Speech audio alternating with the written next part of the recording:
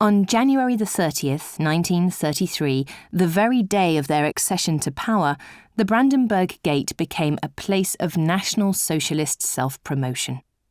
The SA celebrated their triumph with a parade summed up by the artist Max Liebermann, who lived to the right of the gate, in this crude yet fitting statement: "I can't even pig out enough to puke as much as I want to." As it was later decided that the original photo material was not enough to meet the needs of Nazi propaganda, an impressive torchlight procession was organised for the summer of the same year. But the original photographs from January that are shown here were actually taken in Wilhelmstraße. There, Hitler accepted the homage of his enthusiastic followers from a window of the Reich Chancellery. On May 1st, 1933, a new public holiday was introduced, known as Day of National Labour.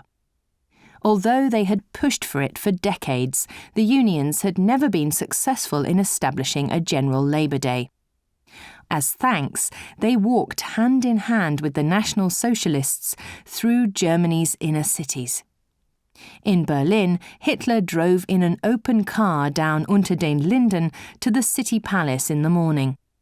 The first rally took place there. Goebbels, Hindenburg and Hitler all spoke in front of 10,000 members of the Hitler Youth and the Federation of German Girls, or BDM. The official government ceremony took place in the evening in front of a crowd of millions in Tempelhof Field. The Reich Chancellor held another speech, and shortly before midnight, a great firework display ended the May festivities. The next day, the Nazi leadership returned the favour in a most cynical way. Now, SA raiding parties occupied union halls across the country. Afterwards, the unions were dissolved, their assets seized and their members transferred to the German Labour Front, or DAF, a cadre organisation of the Nazi Party. After this elimination of organised labour, a show of respect was no longer necessary. This manifested itself the next year when May the 1st was renamed the National Holiday of the German People. Another annual event was the so-called Führer's birthday. Initially, the day was celebrated rather modestly. However, within a few years it became one of the most important holidays in the Third Reich. The highest point was Hitler's 50th birthday on April 20th, 1939. By law, it was even declared a national holiday. Its celebrations included a bombastic military parade in the widened east-west axis, which was then inaugurated officially. Even before the redevelopment of this axis, this stretch of road had been used for staging special events, which had been done with particular opulence during the Olympic Games of 1936.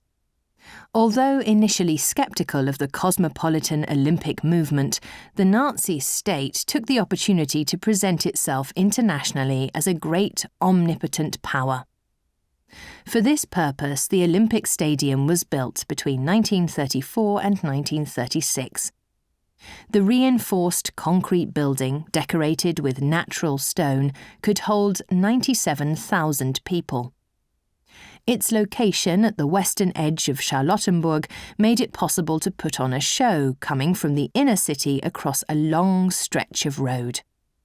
A large basin was constructed at Lustgarten, where the Olympic flame burned from August the 1st to the 16th, as a counterpart to the one in the stadium.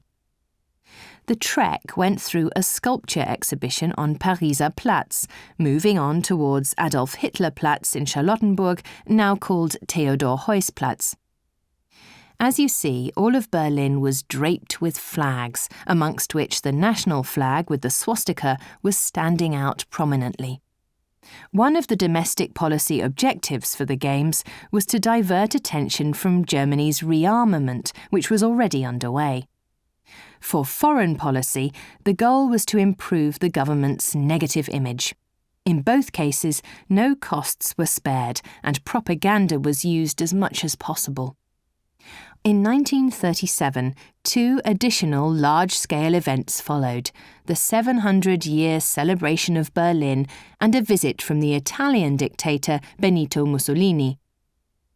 After this list, I believe it is clear just how important huge propaganda events put on by the state were for National Socialism as an instrument of influence and power before the beginning of World War II.